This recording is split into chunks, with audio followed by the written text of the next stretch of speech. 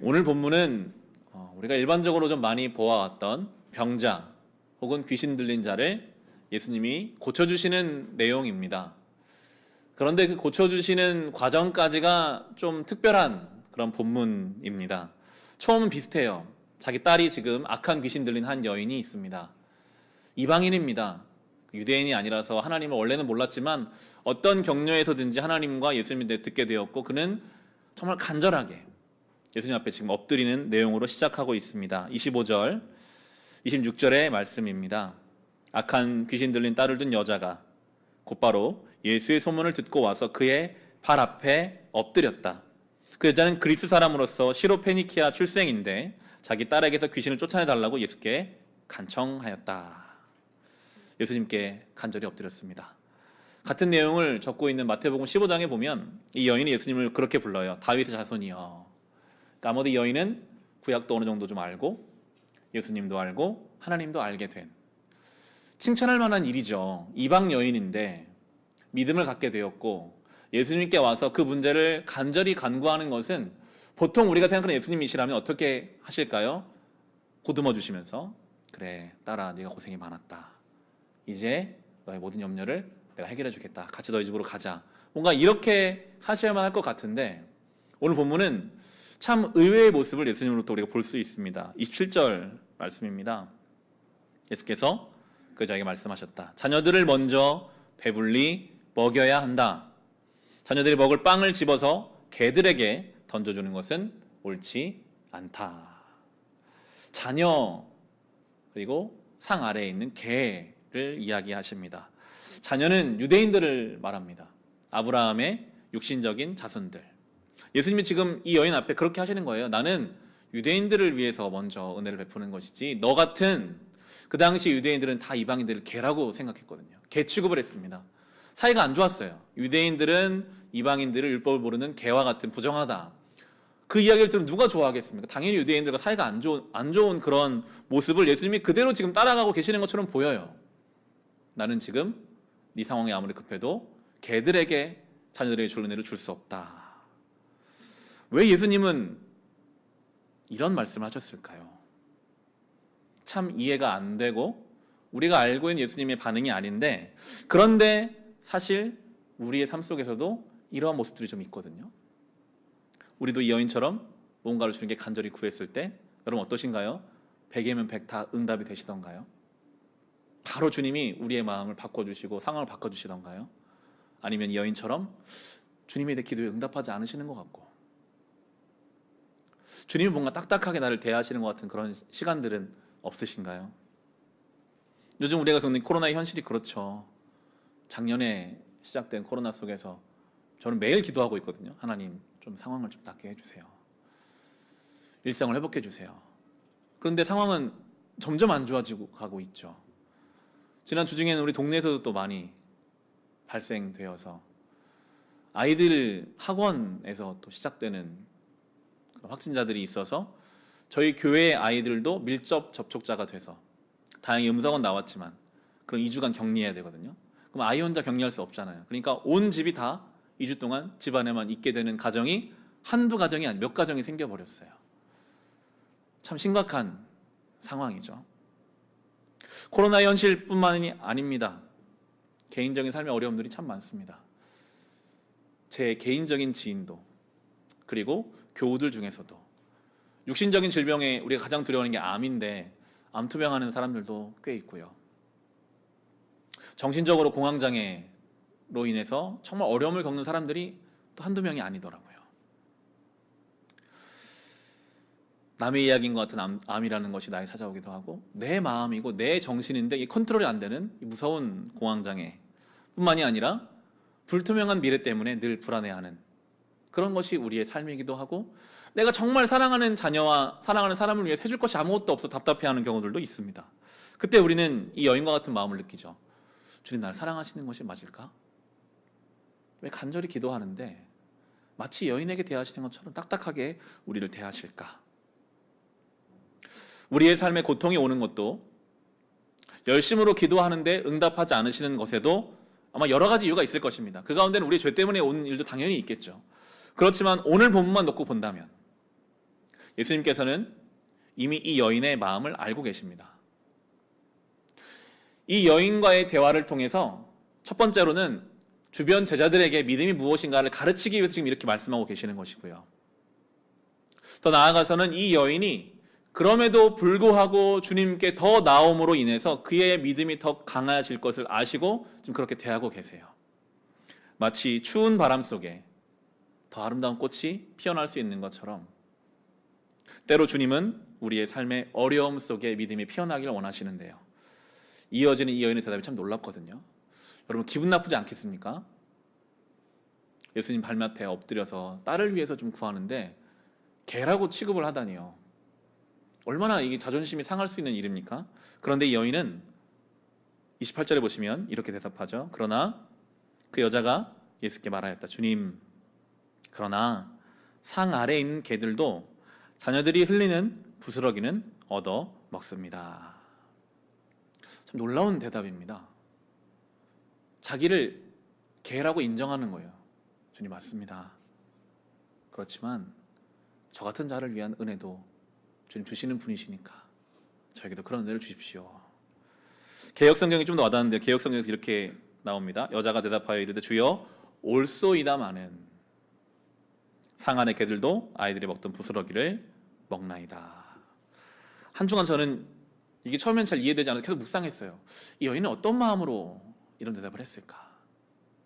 소위 우리가 세상에 사회생활 잘하는 사람들이 그렇게 잘하잖아요. 겉으로는 웃으면서 맞습니다 하면서 속으로 막 욕하고 있었을까요? 내 딸만 낳으면 내가 당신에게 다시 다 갚아주리라. 그런 마음은 아니었거든요. 아무리 생각해도 그런 마음은 아니었어요. 예수님이 그의 중심 보시고 그를 칭찬하시기 때문이죠. 이 여인은 저는 그렇게 묵상이 되더라고요. 주님이 자녀 이야기도 하시고 자녀와는 전혀 다른 개 이야기를 하실 때 내가 정말 하나님의 자녀다운 인생이었는가? 짧은 시간이지만 돌아봤을 겁니다. 아니거든요. 아무리 생각해도 나는 하나님의 자녀다운 인생은 아니거든요. 얼마나 욕심이 많고 얼마나 영적으로 어리석고 정말 부끄러워서 내가 감히 주님의 자녀라고 말할 수도 없는 정말 나는 개보다도 어쩌면 하나님 앞에 못한 인생이었구나. 저도 그렇게 묵상하게 되더라고요. 내가 정말 하나님 앞에서 하나님 자녀라고 부름받지만 자녀답지 못하거든요. 부족한 게 너무 많거든요. 정말 이 개와 같은 개보다도 못한 우리 찬송 중에는 벌레 같은 날 위에 뭐 이런 찬송이 있잖아요. 어릴 때는 그렇게 싫었어요. 내가 왜 벌레냐? 내가 왜 교회에서 벌레라고 말을 하시나? 신앙의 길을 걸으면 걸을수록 하나님 앞에 좀 더 가까이 가면 가까이 갈수록 하나님의 그 빛 가운데 갈수록 내가 얼마나 아무것도 아닌 존재인지를 깨닫게 되거든요. 이 여인은 그렇게 고백하고 있는 것입니다. 맞습니다, 주님. 제 인생이 그런 인생입니다. 저 때문에 제 딸이 이렇게 된 것 같고 질서도 없고 아무것도 선한 것이 없는 그런 인생입니다. 그럼에도 나 같은 자를 위해 마련해 주신 은혜를 주십시오. 참 놀라운 게요. 내가 아무것도 아닌 걸 주님 앞에서 깨달으면요. 주님의 은혜가 더 커집니다. 그리고 그 주님의 은혜밖에는 내가 살 길이 없다는 것을 알게 돼요. 그래서 담대해집니다. 나 같은 자도 주님 사랑하시는구나. 나는 진짜 아무것도 아닌데 나에게 베풀어 주신 그 은혜 때문에 나는 살아가는구나를 깨닫게 돼요. 여러분 그것이 성도의 놀라운 영성입니다. 저와 여러분이 하나님 앞에서 그걸 깨닫게 되면요. 영적인 무게중심이 생겨서 웬만해서는 넘어지지가 않게 됩니다. 다른 사람이 나에게 뭐라고 하고 억울한 일이 있어도 맞아 나는 그런 사람입니다. 사실 나는 아무것도 아닌 사람입니다. 나는 오늘도 주의 은혜로 사는 사람입니다. 이게 정말 되잖아요. 어느 시험이 그를 넘어뜨리겠습니까? 나는 아무것도 아니요 주의 은혜로 산다는 그 고백이 그를 붙잡아 주는 것이죠. 혹시 그런데 여전히 우리의 마음에 자기의가 살아있다면 누가 조금만 나의 자존심을 건드려도 불같이 내가 막 일어나고 내가 이렇기 때문에 다른 사람에 대해서 평가하고 판단하는 그런 모습이 있다면 우리는 좀 더 은혜 안에서 겸손해져야 할 것을 구해야 할 것입니다. 여러분 우리가 이 여인과 다를 바가 뭐가 있습니까? 아무것도 아니거든요. 우리는 진짜 부족한 인생이잖아요. 그런데 주님이 그 은혜로 우리를 붙잡아 주신 거죠. 예수님이 이 여인의 말을 듣고 기뻐 칭찬하세요. 29절에 보시면요. 그래서 예수께서 그 여자에게 말씀하셨다. 내가 그렇게 말하니 돌아가거라. 귀신이 내 딸에게서 나갔다. 병행구절의 마태복음 15장에서는 내 믿음이 크다라고 칭찬하세요. 그것이 믿음이라고 하세요. 나의 삶에 어려운 문제를 가지고 주님 앞에 나왔다가 문제 전에 나를 발견하고 나 같은 자를 향한 주님의 은혜를 발견하고 그리고 다시 맡겨진 삶으로 돌아가는 것, 이게 믿음이거든요. 30절에 보시면 이렇게 나오죠. 그 여자가 집에 돌아가서 보니 아이는 침대에 누워있고 귀신은 이미 나가고 없었다. 이 여인이 한마디 문의도 없이 그냥 돌아갑니다. 같이 가주세요. 꼭 나을 수 있다는 보증을 해주세요. 그런 말이 없어요. 돌아가라. 돌아갑니다. 이미 귀신이 떠나 있습니다. 여러분, 이것이 능력 있는 신앙생활입니다. 문제를 가지고 주님 앞에 나가서 주님 앞에서 나를 발견하고 그 은혜를 붙잡고 그리고 나의 삶으로 돌아가는 것. 돌아갔더니 거기서 하나님의 역사를 경험하고 체험하는 것. 집문을 열면서 여전히 귀신 들려 있을 딸을 생각하지 않았을까요? 변하지 않았으면 어떡하지? 그럼에도 믿음으로 그 문을 열고 딸을 만나는 것, 거기서 하나님의 살아계심을 경험하는 게 성도의 삶이거든요. 이 한 시간 예배 드린다고 우리 삶 뭐가 얼마나 달라지겠습니까? 그러나 달라진다는 것이 성경의 증거죠. 여기서 만난 그 믿음을 붙잡고 다시 우리 삶으로 돌아가는 것입니다. 오늘 이 마가복음은 예수께서 오늘 설교 제목이기도 한데요. 내가 그렇게 말하니, 그 여인이 한 말을 예수님이 칭찬하시고 마태복음은 내 믿음이 크다라고 말하셨기 때문에 그것이 믿음이라고 이야기하세요. 주님, 저는 정말 개와 같은 인생이지만 저를 향한 하나님의 은혜가 있는 줄 믿습니다. 그 말을 예수님이 믿음이라고 이야기하십니다. 어떤 말을 하는가? 어떻게 말하는가? 그게 우리의 믿음과 연결되어 있거든요. 이 마가복음 7장의 마지막 이야기인 바로 다음 본문이죠. 여기서도 말 못하는 사람이 나와요. 이 말 못하는 사람을 예수님이 고쳐주시는 이야기도 연결성이 있는데요. 이 제대로 듣지도 못하고 말 못하는 사람은 하나님과 단절된 세상을 보여줍니다. 여러분, 하나님과 단절되면요, 제대로 듣지도 못하고 제대로 말하지도 못합니다. 예수님은 그걸 안타까워 하시는데요. 본문 아래에 있는 본문이죠. 32절, 35절의 말씀입니다. 그런데 사람들이 귀먹고 말 더듬는 사람을 예수께 데리고 와서 손을 얹어 주시기를 간청하였다. 예수께서 그를 무리로부터 따로 데려가서 손가락을 그의 귀에 넣고 침을 뱉어서 그의 혀에 손을 대셨다. 그리고 하늘을 우러러 보시고서 탄식하시고 그에게 말씀하시기를 에바다 하셨다. 이것은 열리라는 뜻이다. 그러자 곧 그의 귀가 열리고 혀가 풀려서 말을 똑바로 하였다. 제대로 듣지도 못하고 말하지 못하는 이 사람을 예수님은 안타까워하셨어요. 탄식하셨어요. 그리고 에바다, 열려라, 온전히 말할 수 있도록 그를 열어주셨습니다. 우리가 믿음 안에서 제대로 된 말을 하고 제대로 듣고 살아야 하는데 그러지 못하는 것을 주님께서는 안타까워하십니다. 그리고 우리를 열어주기를 원하셔서 이 땅에 오신 것이죠. 제대로 말하려면, 믿음으로 말하려면, 믿음의 말을 하는 사람이 되려면 어떻게 하면 좋을 것인가? 이제 이것으로 결론을 내고자 합니다. 우리가 온전히 이 여인처럼, 여러분, 이 여인이 믿음으로 말했기 때문에 그 집에 구원이 임했잖아요. 내가 그렇게 말하니 돌아가라. 귀신이 내 딸에 나갔다. 믿음으로 말하려면 어떻게 해야 할까? 성경을 본문을 두 가지만 찾아보려고 합니다. 먼저는 로마서 10장 17절의 말씀입니다. 신약성경 240페이지에 있습니다. 로마서 10장 17절의 말씀입니다. 신약성경 240페이지에 있습니다. 우리가 믿음으로 말하려면 먼저는 말씀이 들려져야 하거든요.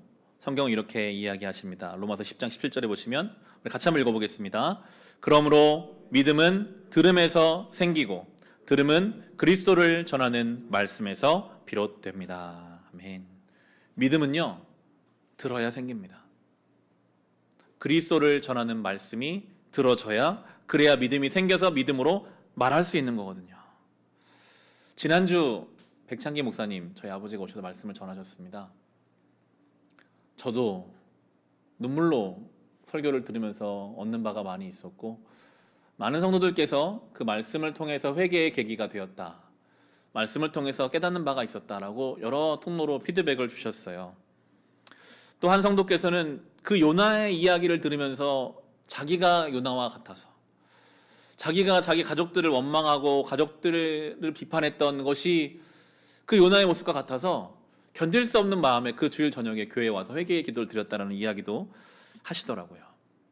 한 편의 설교가, 그 30여 분의 한 설교가 많은 영향을 주는 것을 보게 됩니다. 무엇을 듣는가, 어떤 것을 듣는가, 그게 우리의 삶에 많은 영향을 주거든요. 특별히 우리는 하나님 말씀을 들어야 하는데요. 한 권 더 찾아보겠습니다. 디모데후서 3장, 신약성경 329페이지에 있습니다. 신약성경 329페이지, 디모데후서 3장 16절, 17절입니다. 디모데후서 3장 16절, 17절 우리 같이 읽겠습니다.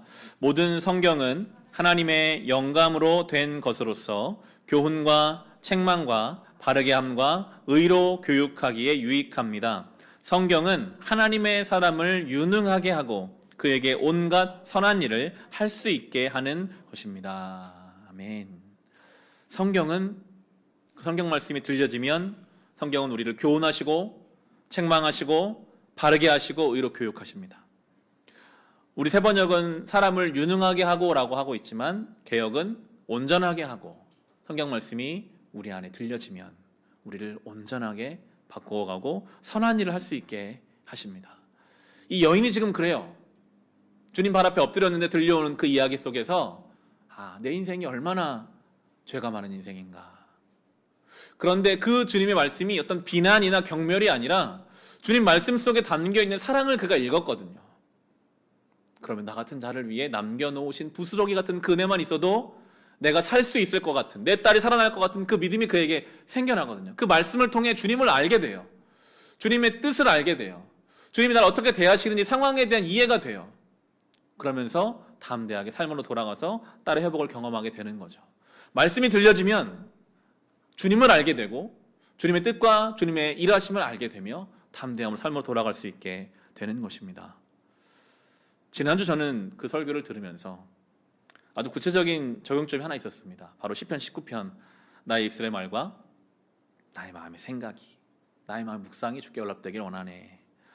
앞에 현수막도 만들고 주보에도 글을 적고 또 오늘 찬송도 그렇게 정해봤는데요.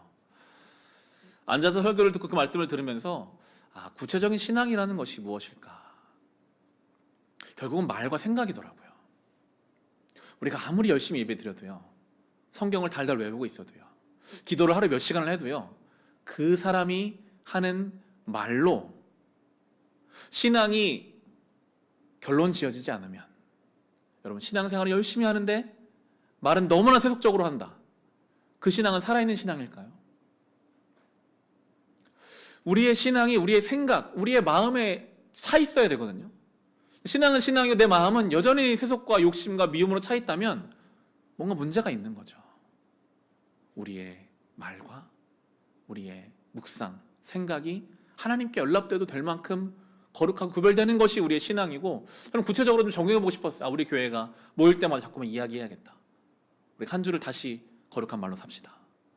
한 주를 다시 우리 생각을 지키면서 삽시다. 그게 신앙입니다. 그게 생활 속 신앙입니다. 그거 안 되면 우리의 신앙은 다 헛된 것입니다. 끊임없이 그렇게 말하는 것부터, 생각하는 것부터 구체적으로 잡아야 함을 적용해보게 되었습니다.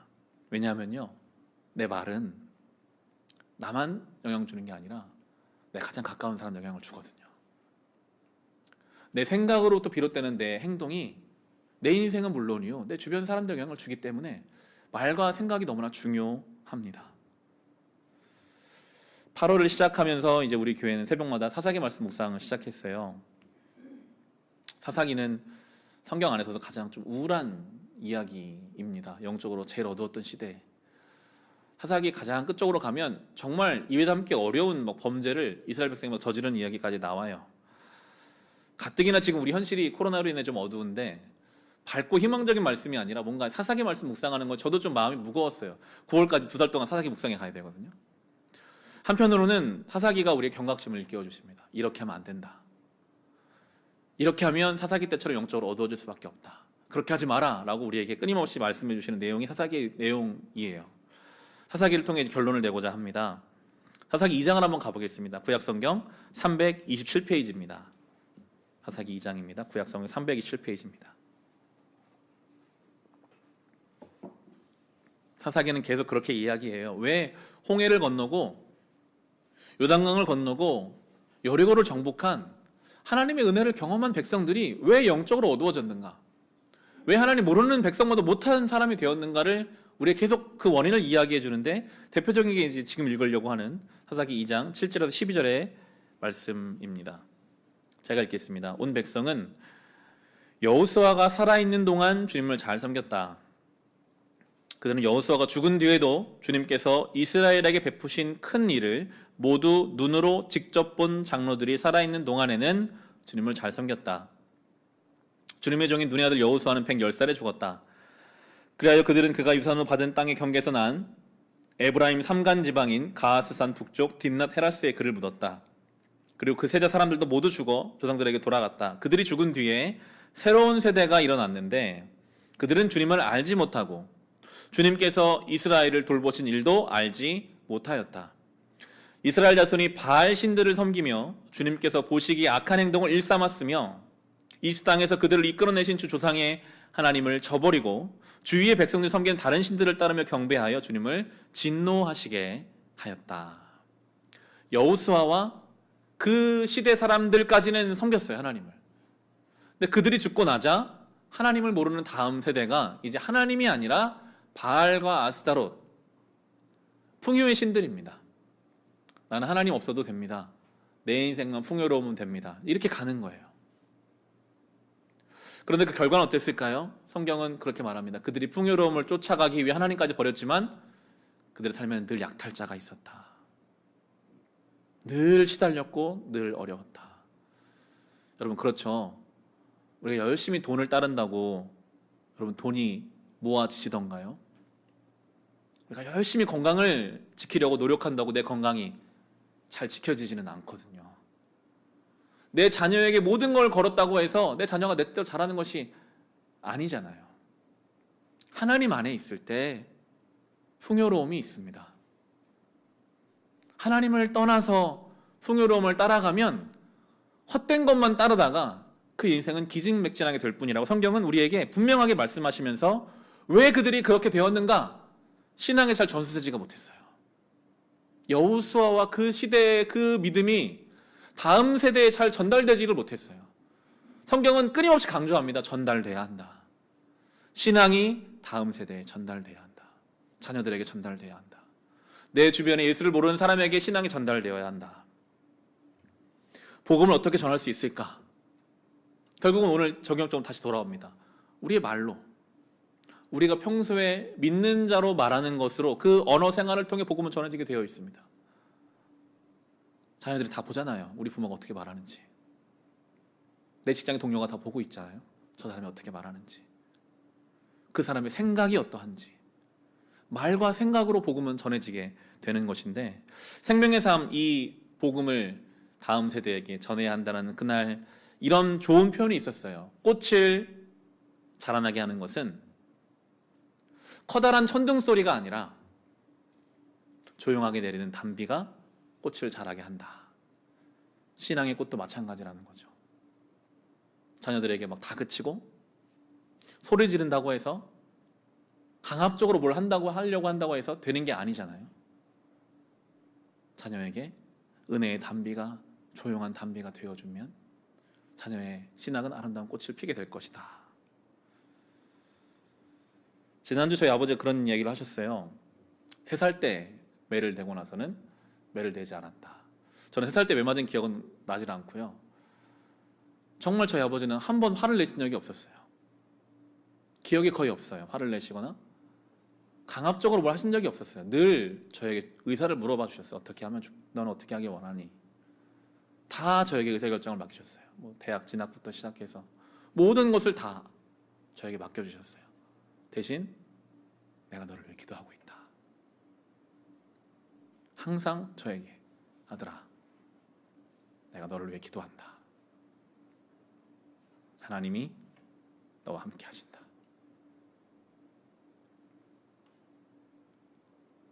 다 커서 이제 개척해서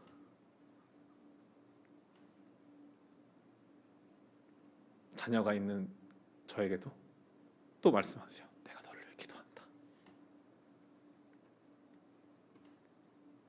하나님이 함께한다. 평생 목회하신 분이 왜 아들에게 목회적 조언을 하고 싶지 않으시겠어요? 한마디들 안 하시고 늘 저에게 기도한다.